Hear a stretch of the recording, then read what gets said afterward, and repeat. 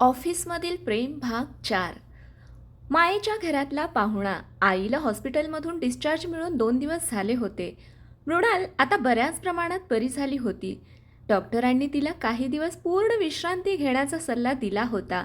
अन्वी ऑफिसमध्ये परत आली होती, पण तिच्या मनात एकच विचार होता: आर्यवीरचे आभार कसे मानायचे.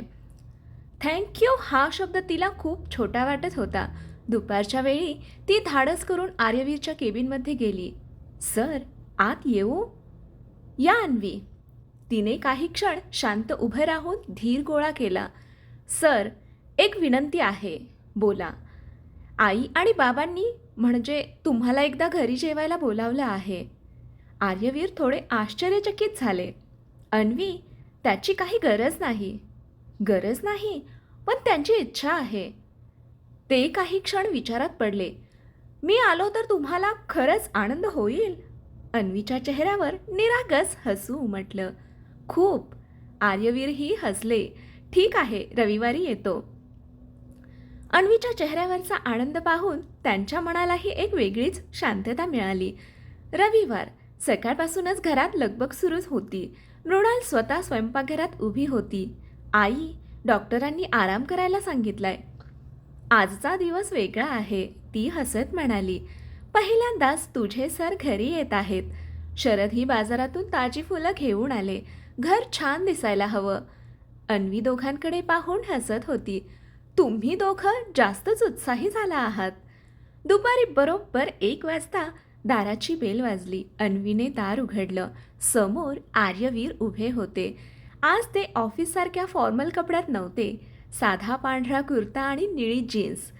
हातात सुंदर फुलांचा गुच्छ आणि मिठाईचा डबा. नमस्कार. या ना सर. आज सर नको. अन्वी गोंधळली. ते हसत म्हणाले, आज मी ऑफिसमध्ये नाही. तीही हसली. मग आर्यवीर? ते चालेल. दोघंही हलकसं हसले. मृणाल आणि शरद यांनी त्यांचं मनापासून स्वागत केलं. या बाळा. आर्यवीरने नम्रपणे दोघांच्या पाया पडून नमस्कार केला. शरद क्षणभर थबकले. अरे कशाला? मोठ्यांचा आशीर्वाद घेणं मला आईने शिकवलं. मृणालच्या डोळ्यात कौतुक दाटलं. जेवणाची वेळ झाली.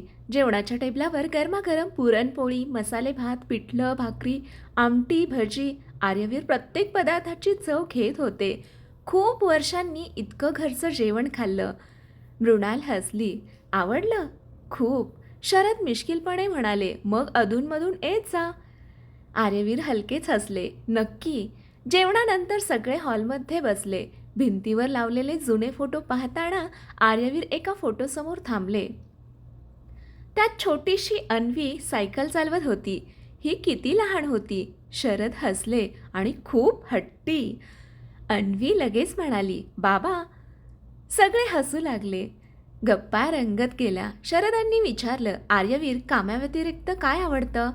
वाचन, बागकाम आणि शांत संध्याकाळ. अरे वा, मृणाल म्हणाली. अन्वीलाही ह्याच गोष्टी आवडतात. दोघांनी एकमेकांकडे पाहिलं. न बोलता दोघांच्या चेहऱ्यावर स्मित उमटलं. संध्याकाळी आर्यवीर निघायला उठले. मृणालने त्यांच्या हातात एक डबा दिला. हे काय? घरी गेल्यावर खा, पुरणपोळ्या आहेत. आर्यवीर काही क्षण त्या डब्याकडे पाहत राहिले. त्यांच्या डोळ्यात नकळत पाणी आलं. आई गेल्यानंतर कुणी असं प्रेमाने डबा दिला नव्हता. मृणालच्या डोळ्यातही माया दाटली. मग आजपासून हा नियम समजा. आर्यवीर निघून गेल्यावर शरद बाल्कनीत उभे राहून त्यांच्या कारकडे पाहत होते. मृणाल त्यांच्या शेजारी आली. ती हळू आवाजात म्हणाली, आपल्या मुलीसाठी असा जोडीदार मिळाला तर? शरद हलकसं हसले. मीही तेच विचार करत होतो. अन्वीने त्यांच्या बोलण्याचा शेवटचा भाग ऐकला. तिचे गाल नकळत लाल झाले.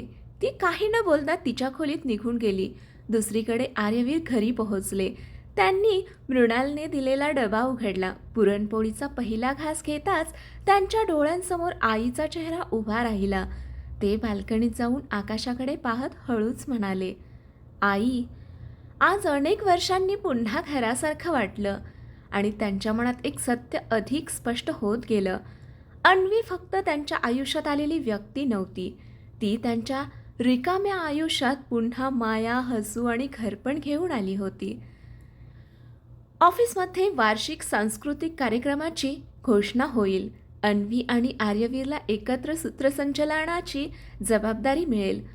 तयारी दरम्यान त्यांच्यातील मैत्री आणखी घट्ट होईल आणि एक सुंदर अविस्मरणीय क्षण त्यांच्या नात्याला नव्या वळणावर घेऊन जाईल. एकत्र घालवलेले क्षण. रविवारच्या त्या भेटीनंतर अन्वी आणि आर्यवीर दोघांच्याही आयुष्यात काहीतरी बदललं होतं. ऑफिसमध्ये ते पूर्वीसारखेच व्यावसायिक वागत होते, पण आता त्यांच्या नजरेत एक वेगळीच आपुलकी दिसू लागली होती. अन्वी जेव्हा सकाळी गुड मॉर्निंग म्हणायची तेव्हा आर्यवीरच्या चेहऱ्यावर नकळत हसू यायचं आणि दिवसात एकदा तरी अन्वीने त्यांच्याशी बोललं नाही तर दिवस अपुरा वाटू लागला होता. एका सकाळी कंपनीच्या मेलवर एक महत्त्वाची सूचना आली, annual family day and cultural evening. संपूर्ण ऑफिसमध्ये उत्साहाचं वातावरण पसरलं. प्रत्येक कर्मचारी आपल्या कुटुंबासोबत कार्यक्रमाला येणार होता. गाणी, नृत्य, नाटक, पुरस्कार आणि रात्रीचं जेवण सगळे तयारीला लागले. दुपारी मीटिंगमध्ये HR प्रमुख म्हणाले, यावर्षी कार्यक्रमाचं सूत्रसंचालन 2 जण करणार आहेत. सगळे उत्सुकतेने नावांची वाट पाहत होते. पहिलं नाव अन्वी देशमुख. टाळ्यांचा कडकडाट झाला. अन्वी थोडी आश्चर्यचकित झाली आणि दुसरं नाव. क्षणभर शांतता पसरली. आर्यवीर राज्याध्यक्ष. सगळ्यांनी पुन्हा टाळ्या वाजवल्या. समर्थ लगेच हसत म्हणाला, सर, आता स्टेजवरही तुमची जोडी जमणार दिसते. सगळे हसू लागले. अन्वी लाजून खाली पाहू लागली.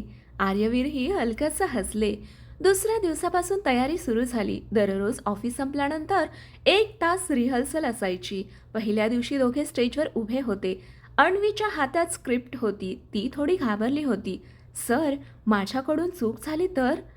आर्यवीर हसले. कालपर्यंत प्रेझेंटेशनची भीती होती, आज स्टेजची. दोन्ही वेगळं आहे.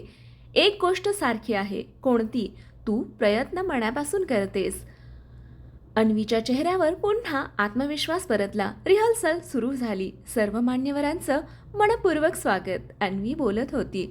मध्येच ती एक ओळ विसरली. ती थांबली. क्षणभर गोंधळ उडाला. आर्यवीरने तिच्याकडे पाहिलं आणि स्क्रिप्ट न पाहता पुढचं वाक्य सहज बोलायला सुरुवात केली. अन्वीने लगेच त्यांना साथ दिली. रिहर्सल छान पूर्ण झाली. खाली उतरल्यावर ती हसत म्हणाली, आज तुम्ही नसता तर माझी खूप फजिती झाली असती. आर्यवीर हसले. टीमवर्क म्हणजे एकाने थांबला तर दुसऱ्याने हात पुढे करायचा. असेच काही दिवस गेले. रिहर्सल नंतर दोघं कॅफेटेरियात कॉफी घ्यायचे. एकमेकांच्या आवडीनिवडी जाणून घ्यायचे. अन्वीला जुन्या मराठी कविता आवडतात. आर्यवीरला जुनं संगीत.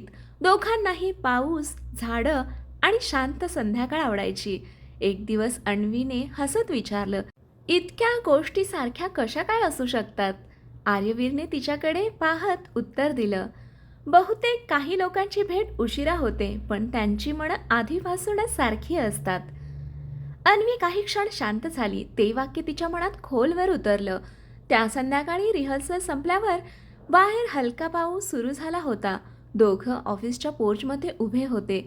समोर रस्त्यावर पावसाचे थेंब चमकत होते. अन्वीने हात पुढे केला. थेंब तिच्या तळहातावर पडू लागले.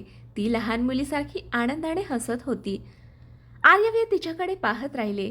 ही मुलगी प्रत्येक छोट्या क्षणात आनंद शोधते, म्हणूनच तिच्यासोबत असताना मन इतकं शांत वाटतं. अन्वीने अचानक विचारलं, काय झालं? असे काय पाहताय? आर्यवीर भानावर आले.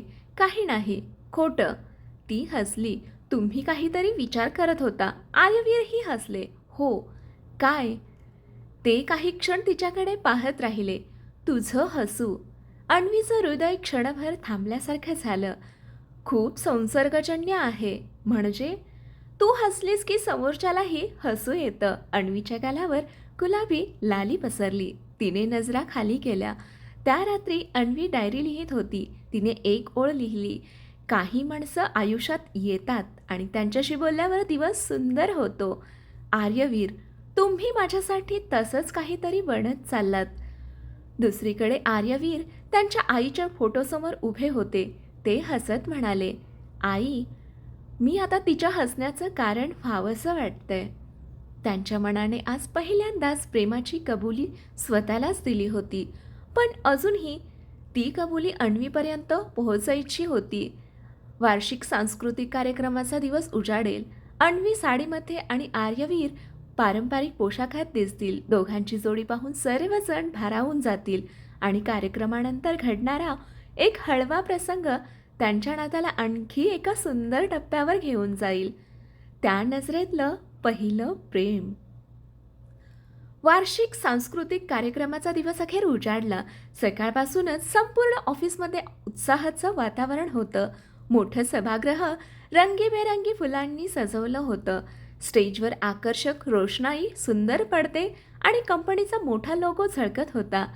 कर्मचाऱ्यांसोबत त्यांच्या कुटुंबियांचीही गर्दी होऊ लागली. सगळ्यांच्या चेहऱ्यावर आनंद होता. दुपारी 4 वाजता अन्वी घरी तयार होत होती. आईने तिच्यासाठी खास फिकट गुलाबी रंगाची रेशमी साडी निवडली होती.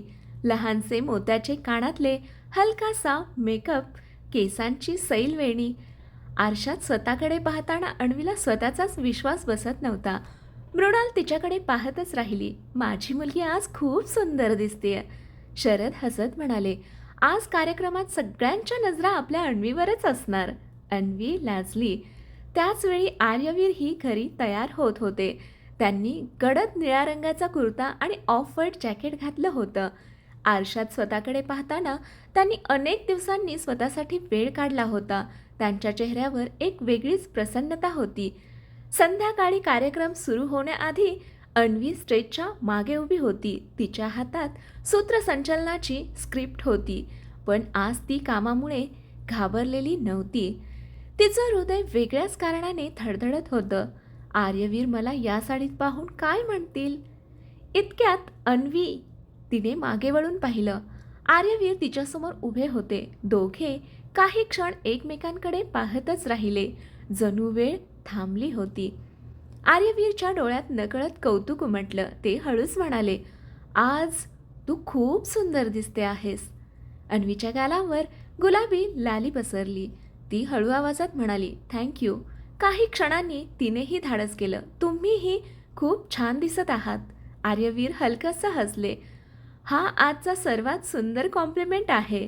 कार्यक्रम सुरू झाला. दोघांनी एकत्र स्टेजवर प्रवेश केला. सर्व मान्यवरांचं मनपूर्वक स्वागत. दोघांचा आवाज, आत्मविश्वास आणि समन्वय अप्रतिम होता. संपूर्ण सभागृह त्यांचं सूत्रसंचालन मनापासून ऐकत होतं. समर्थ मागे उभा राहून ईशाला हळूच म्हणाला, हे दोघे फक्त स्टेजवरच नाही, आयुष्यातही एकत्र छान दिसतील. ईशा हसली. मलाही तसंच वाटतं. कार्यक्रम यशस्वीपणे पार पडला. सर्वांनी अन्वी आणि आर्यवीरचं खूप कौतुक केलं. कंपनीचे संचालक म्हणाले, तुम्ही दोघांनी कार्यक्रमाला एक वेगळीच उंची दिली. दोघांनी नम्रपणे आभार मानले. कार्यक्रमानंतर रात्रीचं जेवण सुरू झालं. सभागृहाच्या बाहेर सुंदर बाग होती. अन्वी थोडा वेळ एकटीच तिथे आली. आकाशात असंख्य तारे चमकत होते. थंडगार वारा वाहत होता. ती शांतपणे त्या वातावरणाचा आनंद घेत होती. मागून पुन्हा तोच परिचित आवाज आला. आजचा दिवस खास होता. ती हसत वळली. हो, खूप. आर्यवीर तिच्या शेजारी येऊन उभे राहिले. माहितीये काय, आज स्टेजवर उभा असताना मला पहिल्यांदाच कामाचं टेन्शन नव्हतं. का? कारण तू माझ्यासोबत होतीस. अन्वी काही बोलू शकली नाही. तिचं हृदय जोरात धडधडत होतं. तेवढ्यात गार वाऱ्याची एक झुळूक आली. अन्वीच्या केसांची एक बट तिच्या चेहऱ्यावर आली. ती बाजूला करण्याचा प्रयत्न करत होती. आर्यवीरने क्षणभर तिच्याकडे पाहिलं. मग हळूच हात पुढे केला. अत्यंत अलगदपणे त्यांनी तिच्या चेहऱ्यावर आलेली ती केसांची बट कानामागे सारली. त्यांच्या बोटांचा हलकासा स्पर्श होताच अन्वीच्या अंगावर शहारा आला. दोघांचे डोळे एकमेकांत गुंतले. त्या नजरेत शब्द नव्हते, पण भावना मात्र खूप होत्या. अचानक सभागृहातून समर्थचा आवाज आला. अहो दोघं, फोटो काढायचा आहे, कुठे आहात? दोघंही दचकले. अन्वीने पटकन नजरा खाली केल्या. आर्यवीर हलकंसं हसले. चल. तिने मान हलवली. रात्री घरी परतल्यावर अन्वी बराच वेळ आरशासमोर उभी राहिली. तिने नकळत आपल्या कानामागे हात फिरवला, जिथे काही वेळांपूर्वी आर्यवीरच्या बोटांचा हलकासा स्पर्श झाला होता. तिच्या ओठांवर हसू उमटलं. तिने स्वतःलाच आरशात पाहून हळूच कबूल केलं. हो, मी त्यांच्या प्रेमात पडले आहे. दुसरीकडे आर्यवीर बाल्कनीत उभे होते. आज अनेक दिवसांपासून मनात दडवून ठेवलेलं प्रेम आता शब्दांमध्ये व्यक्त करावंसं वाटत होतं. पण त्यांना अजूनही एकच भीती होती. अन्वीच्या मनातही ह्याच भावना असतील का? त्या प्रश्नाचं उत्तर मिळवण्यासाठी नियतीने अजून थोडी वाट पाहायला सांगितलं होतं. हा भाग इथे संपतो. पुढील भागात कंपनीच्या नव्या प्रोजेक्टसाठी अन्वी आणि आर्यवीरला काही दिवस रोज उशिरापर्यंत एकत्र काम करावं लागेल. एका शांत रात्री ऑफिसच्या टेरेसवर झालेला मनमोकळा संवाद त्यांच्या प्रेमाला पहिल्यांदाच शब्दांच्या अगदी जवळ घेऊन जाईल. कथेचा हा भाग कसा वाटला? कथा आवडली असेल तर कथेला लाईक करा, शेअर करा, कमेंट करा आणि अशाच नवनवीन कथा दररोज ऐकण्यासाठी वाचण्यासाठी आपल्या चॅनलला सबस्क्राईब करा. कथा वाचल्याबद्दल आणि ऐकल्याबद्दल धन्यवाद.